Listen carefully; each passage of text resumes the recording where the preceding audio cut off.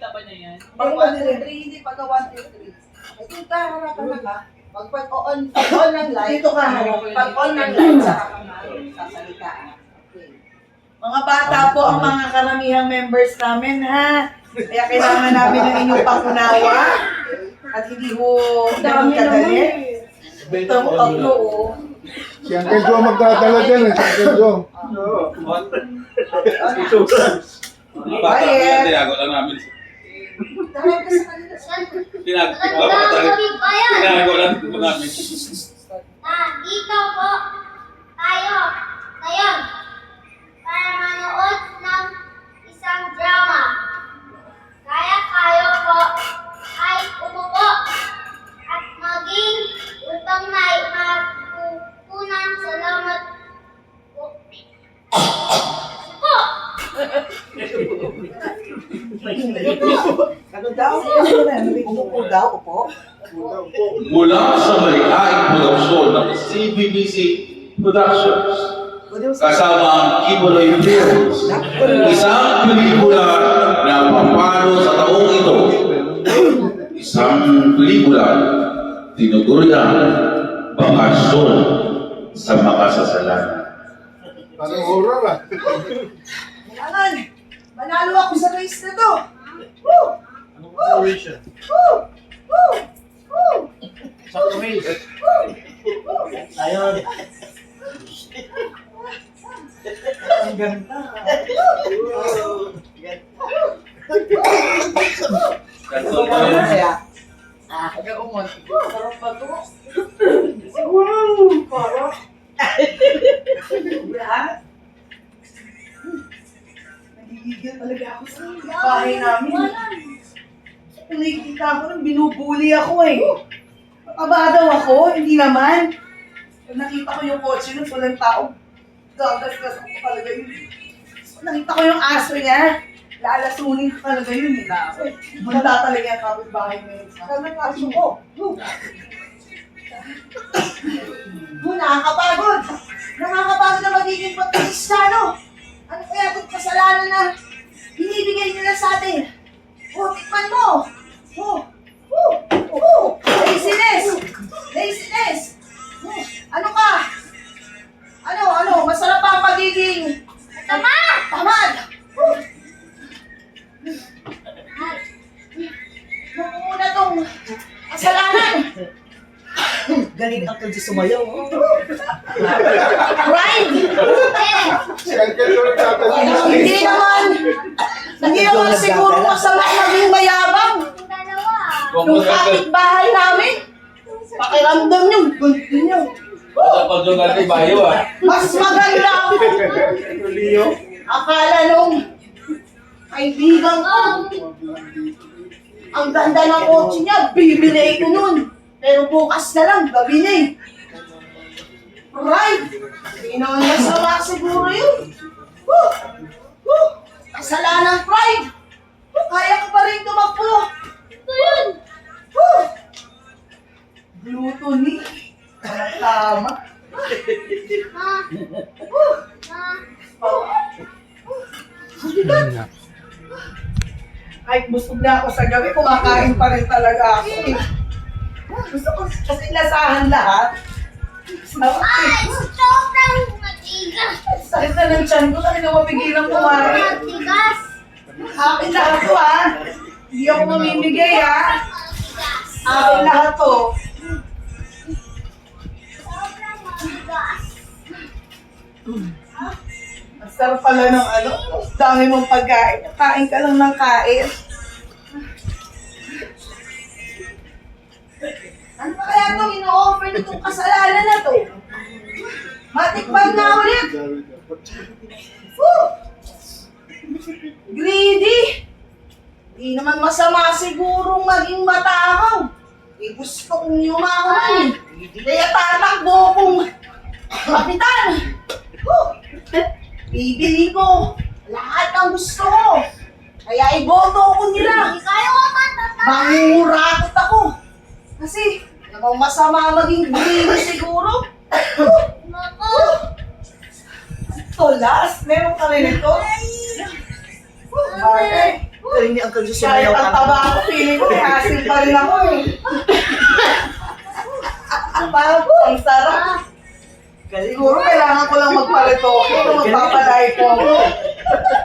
Ang kapitbahay namin na kinakasarap ko, magkagusto pa sa akin yun eh. Limited yung galaw niya. Galing Tapos kahit pa paano, bata-bata pa yun.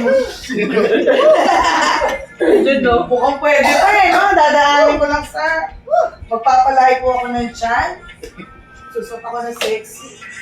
Makakadali pa ako ng bata. Ang bigat-bigat na. Pero nag-i-enjoy ako eh. Tapos ang bigat.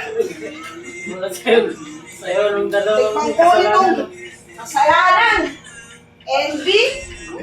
Hindi ako yung gitera, ha? Yung kapitbahay namin, bumili ng alahas. Hindi ako yung gitera. Hindi naman totoo yun, eh. Bibili rin ako nun. Pero bukas na. Gabi na, eh. Yung kapitbahay ko, kala niya, ang ganda niya. Nagparitokoy ka lang, eh.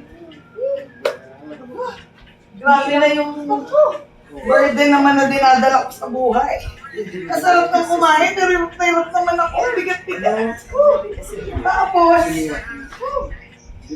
sexy-sexy ko nga. Pero bumabalik naman yung taba ko, hindi naman permanente kasi lakas ko talaga kumain. Siguro, mas maganda kasi hindi ko na lang talaga yung gusto ng Panginoon. Kasi ayaw naman talaga ni Lord yun eh. Iwanan ko lang ang mga burden na to. Ayoko na, babalik na ako sa Panginoon. Ikaw, iwanan mo na lang sa lahat. Sa iba ito mga pinagbibigyan mo sa akin. Babalik na ako sa Lord ko. Balik ko na lang. Galing ni Uncle Jose talaga sumayaw, no? Ang gaan-gaan ng pakiramdam ko. Nakaiba talaga sa Uncle Jose sumayaw. Salamat sa Panginoon. Pwede pa pala ako magbago. Dahil dyan, didiretso na ako. Ay, nakarating din. At tinanggap pa rin ako ng Lord despite sa mga kasalanan na gawa ko. Salamat sa Panginoon. Hindi pa pala huli ang lahat. Nakakaya sa harapan ng Diyos. Kristiyano na akong matagal. Pero ito pa rin ako. Takbo ng takbo. Pero walang direksyon. Walang purpose sa pagiging Kristiyano. Okay. Para sa'yo, kasalanan. Iyo na lang to. Ayoko na yan. Ayoko na rin itong mga mababigat na to. Hindi ko rin naman yan madadala. Pagdating ng araw, focus na ako sa pagiging manlalaro ng Panginoon, atleta. Ito naman talaga ang purpose na isang Kristiyano. Ang ganang buhay. Maganda ang buhay pag ikaw ay nakapokus sa Panginoon. I will dare to run for Christ. Woo! I am in the finish line. With the Lord. Woo! Amen, amen. Ramdam ng bawat karakter ang pagbigat ng kanilang mga tirahin habang palayo ng Panginoon at pagtanggap sa pagiging makakasalanan. Mga dalangin na akala natin ay madaling bitawan. Yun pala ay hindi na halos naging parte na ng buhay nila. Sa buhay ng tao, iba-iba ang pagdadaanan. Iba-ibang temptasyon o pagtitiis ang sasabi. Hindi magiging madali ang buhay ng tao. Never sinabi ni Lord yun.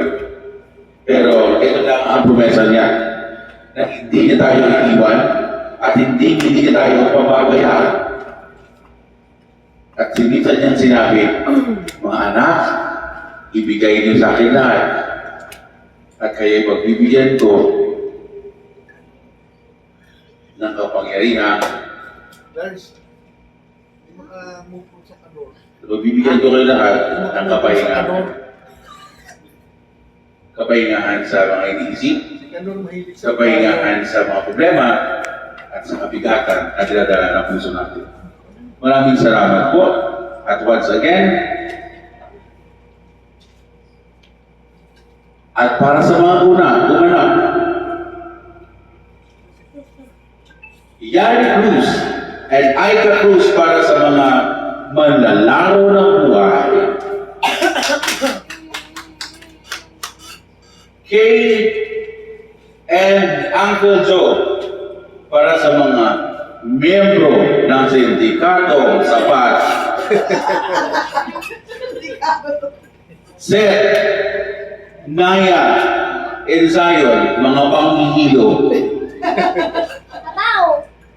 At ako po mismo, mga kapatid, bilang kanilang narrator.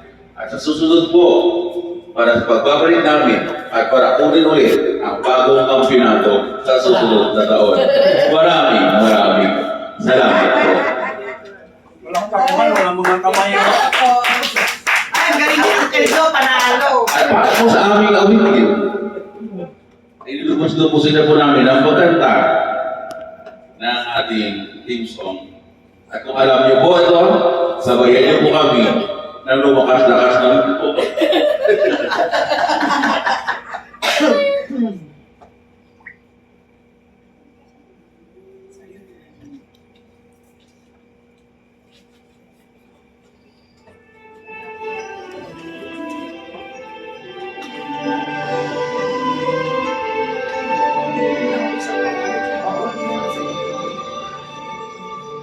Assembly of the faithful, surrounding and unseen, is gathered as a witness to the grace. And on the track awaiting our numbers of today, the call is not for each to take its place. The road ahead is narrow, the way is sometimes steep, and only the committed claim the prize. But standing at the finish, with arms outstretched to meet us, is the one who has endured the race and paid the final price.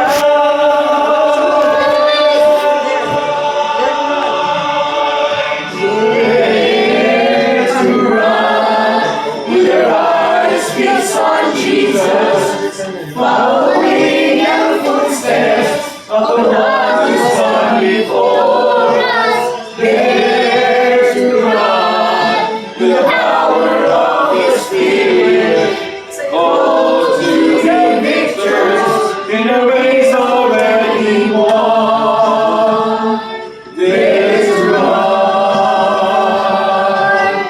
Dare to run with our eyes fixed on Jesus, following the footsteps of the one who's gone before us.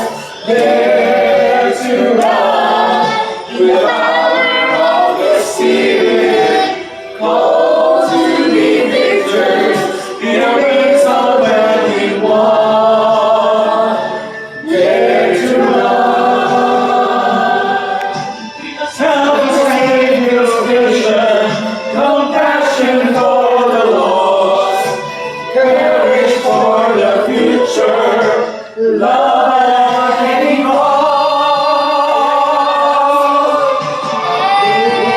Dare to run, with your eyes fixed on Jesus, following the footsteps of the one who's gone before us. Dare to run in the power of His Spirit, called to be victors in the race already won. Dare to run.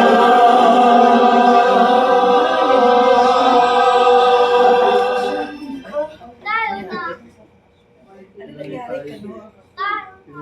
Tayo na sa bakasyonan at doon tayo'y maglaban.